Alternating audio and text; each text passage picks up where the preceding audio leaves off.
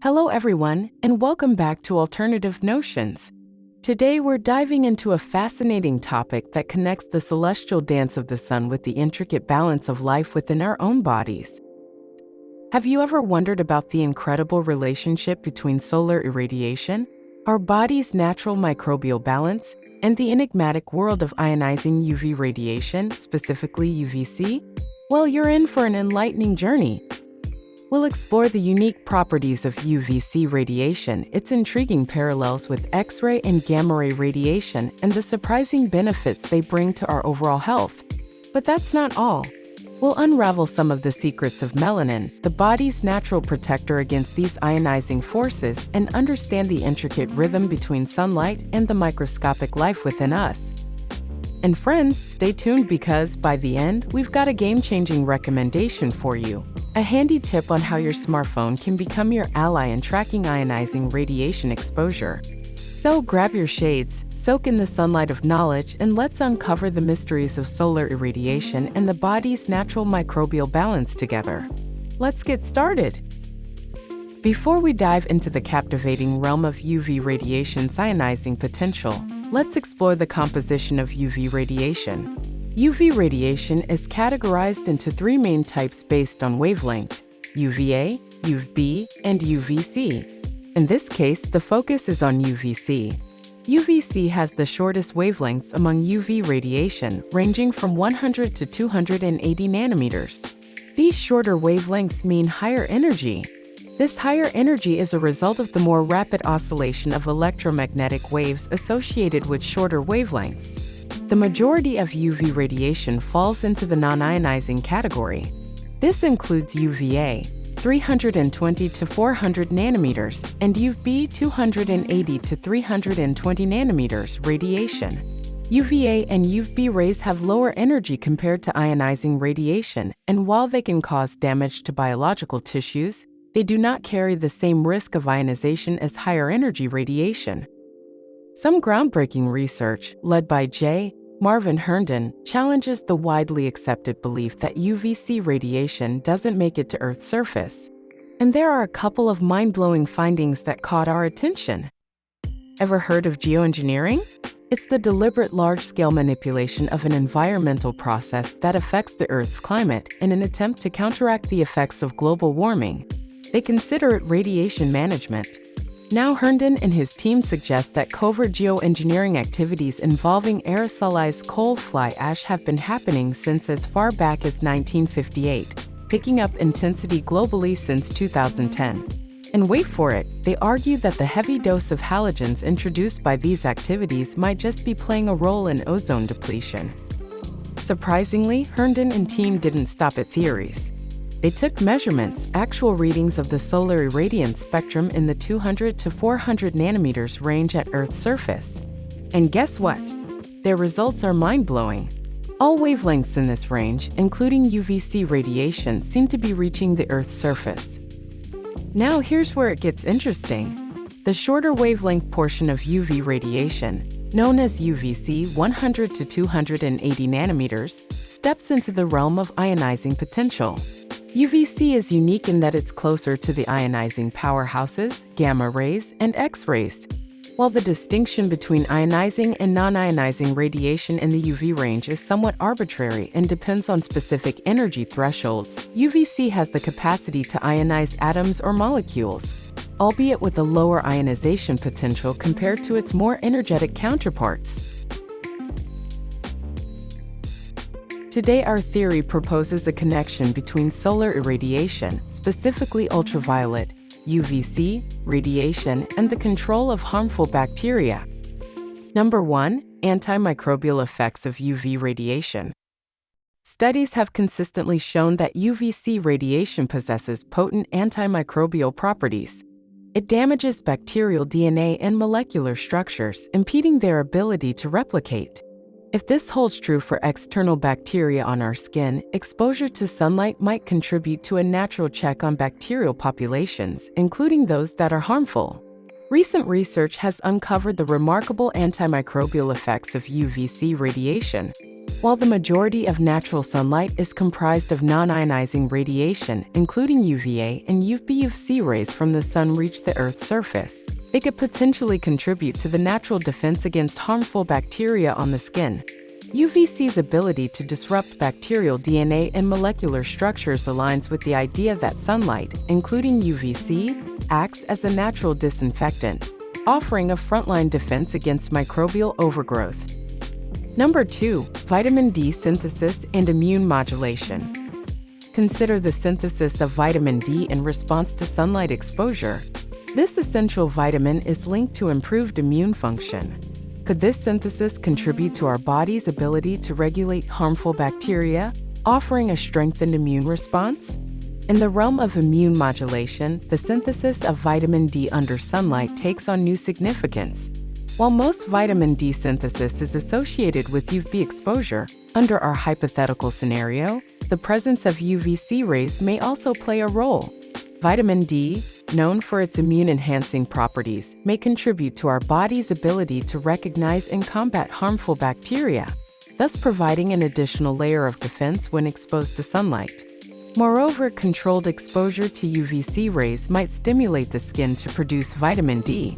While UV is the primary contributor to vitamin D synthesis, some studies suggest that UVC exposure can also play a role. This is intriguing because UVC has shorter wavelengths and higher energy compared to UV.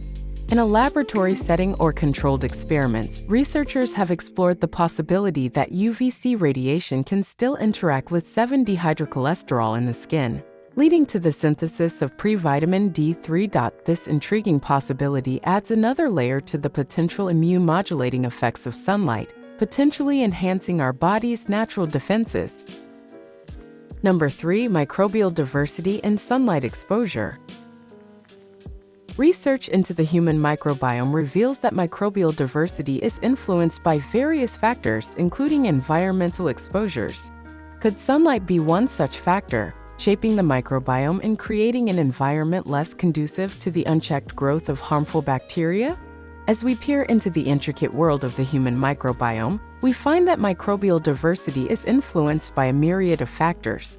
One intriguing avenue of exploration is the role of environmental exposures, and sunlight emerges as a compelling candidate. Research suggests that exposure to sunlight could be a shaping force in the microbiome, creating an environment less favorable for the unchecked growth of harmful bacteria.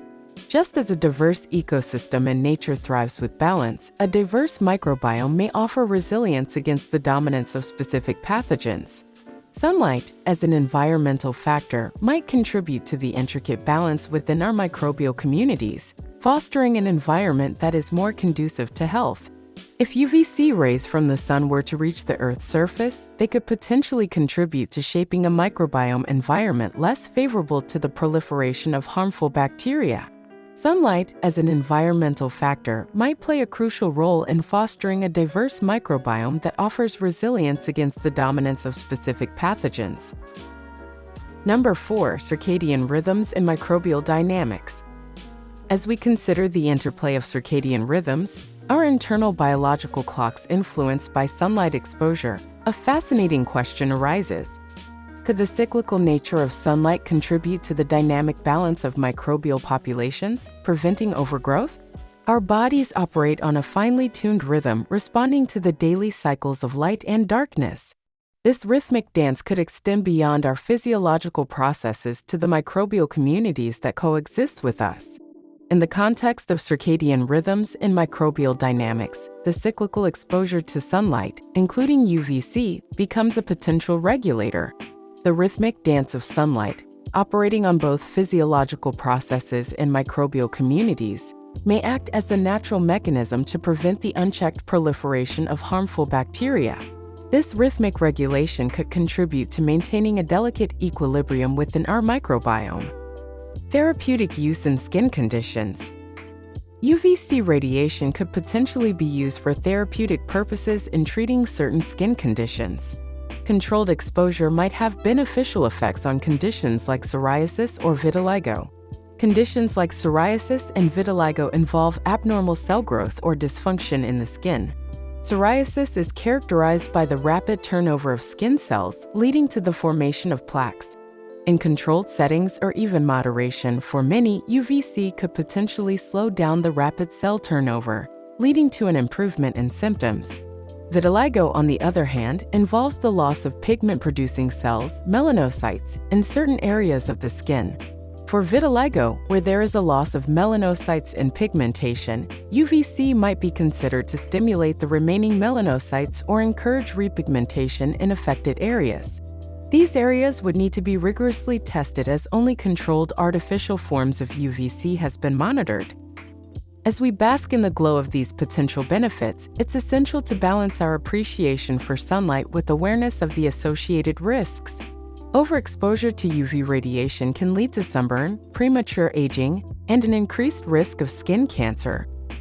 Deep molecular impacts. The ionizing potential of UVC implies that, under certain conditions, it can cause molecular and cellular changes. When UVC photons interact with atoms or molecules, they have enough energy to remove tightly bound electrons, creating charged particles or ions. This process, known as ionization, can disrupt the normal functioning of biological molecules, including DNA.